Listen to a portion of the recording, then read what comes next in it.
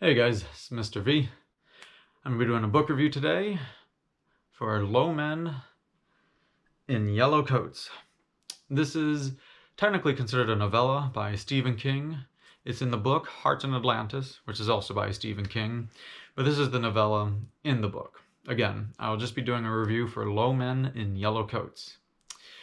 You guys should know a few things right off the bat, is that I try to do a spoiler-free book review, so that's why if you see me looking down occasionally, I just have specific notes about the book. That way I don't give away spoilers, or if I give away anything, it's very minor. And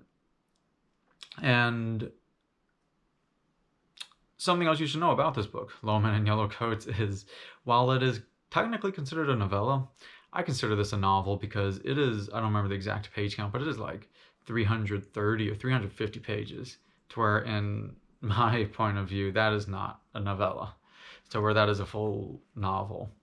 So again, I'll be starting my review for Low Men in Yellow Coats.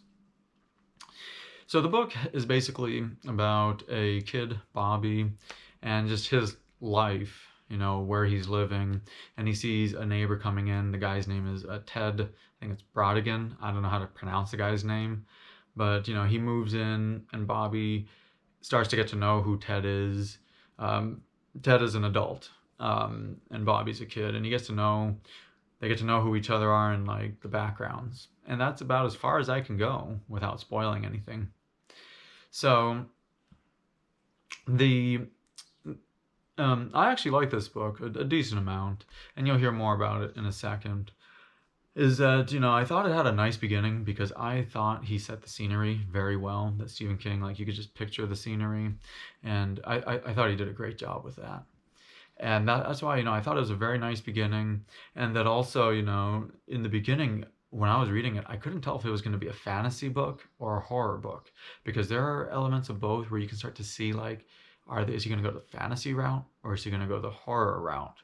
Because just something you should know, this would just be a very minor spoiler, would be that Ted Brodigan lets Bobby know that he's like kind of running away and kind of hiding out from these people who he calls low men in yellow coats.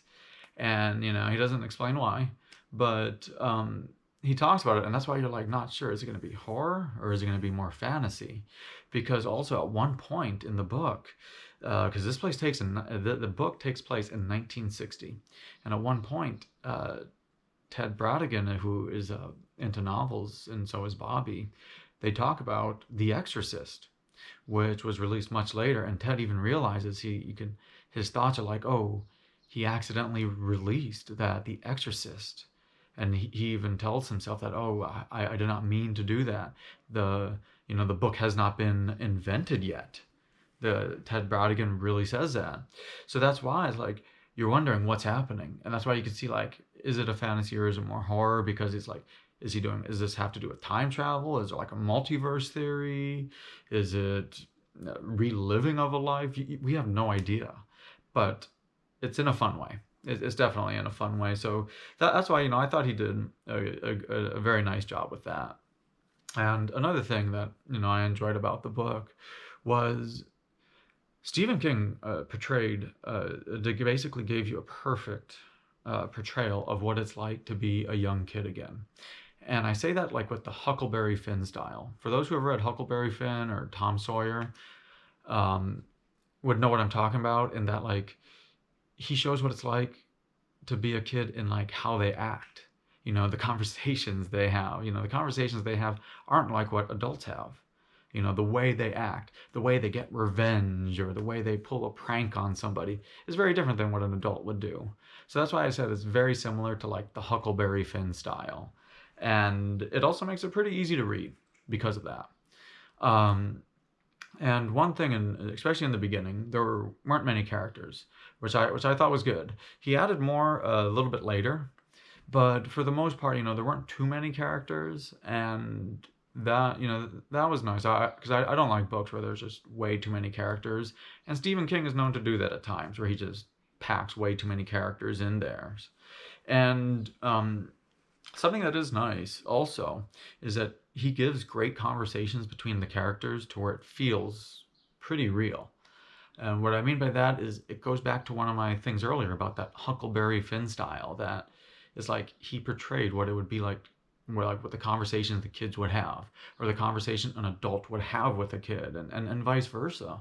So, it made it feel very real. And I remember there was one time specifically that I wrote that it was like, and this is very true, is at one point in the book, it was like something looked really bad. And the whole scenario looked really bad.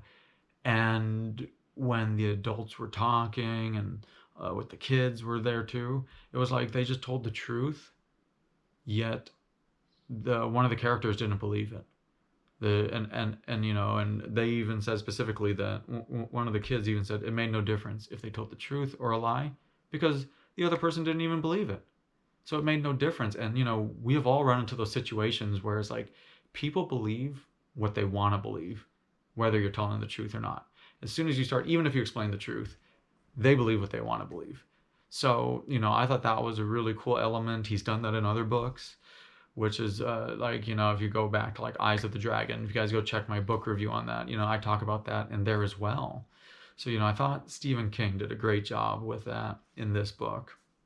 The thing that I should say is that I'm reading this because I'm reading the Dark Tower series. And I've just finished book 5 of the Dark Tower series, and you can see, even if you haven't finished book 5, if you're reading this, there are many Dark Tower references, because he mentions things like the Path of the Beam, Ka. He mentions the Dark Tower, the Gunslingers. He mentions all these things, and there's more. So there are many, many Dark Tower references where I think if you weren't reading the Dark Tower, it wouldn't completely take away from the story, but you would still be a little more confused about the importance of certain things he says. Whereas when you're reading the Dark Tower and you hear certain things that are said, you're like, oh, okay, yeah, I know exactly what the Path of the Beam is. I know the Dark Tower. I know this aspect. And I haven't even finished the series yet. It's like, I know all these things. And it really added to the story if you're reading the Dark Tower. But if you're not, I can see being a little confused at times, but they expand a little bit about it to where it wouldn't be so bad. One of the things though that I didn't like was I wasn't a big fan of the end.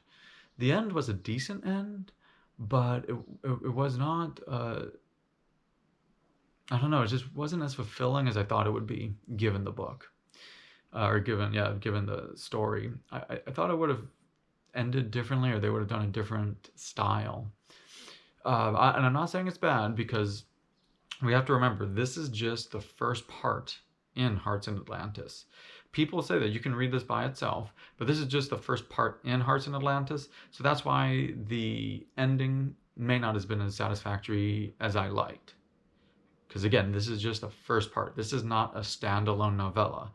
In Hearts in Atlantis, some of the others build based off of this. So it's like, maybe that's why I didn't like this novella ending as much, because there still was an end, but it wasn't as fulfilling. And if you guys should go check out my Hearts in Atlantis book review. And because again, this is just a part of it. But still, as a standalone novel or novella, I thought the ending wasn't really good. I think he still could have done a different ending, and it would have been a lot more fulfilling. And I actually think I had more fun with the book just because of the Dark Tower, and that's why I'm not saying don't read it if you're not reading the Dark Tower, because you want to read all of Hearts in Atlantis, not just this book. But I think you will have more fun if you're reading the Dark Tower. So anyway, that is my review about it, but I want to rate the book. I always rate my books on a scale of 0 to 10. Where 0 is a just awful book like that. It's one of those books that you never want to read. A 5 is average, and a 10 is phenomenal. Very few reach the 10 category, just as very few reach the 0 category, because a 5 is average. And I'm a pretty tough critic. It's because a 5 is average, but I'm a pretty tough critic. If you look back at previous reviews, you'll see I can be pretty tough. But I would rate this book, this was a difficult book to rate, but I would rate this book a 6 out of 10, which is above average. Remember, a 5 is average, but I would rate this a 6 out of 10. The reason I would rate this a 6 out of 10 is because while it had many fun elements, there were still some parts that, he probably could have cut down a bit. And that I think I had more fun with the book purely because I'm reading The Dark Tower.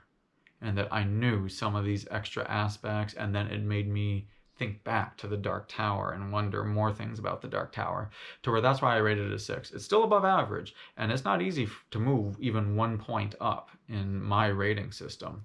But I think it's because of The Dark Tower that I rated it slightly above average. Because if was not reading The Dark Tower, I would say this is an average to below average book or novella.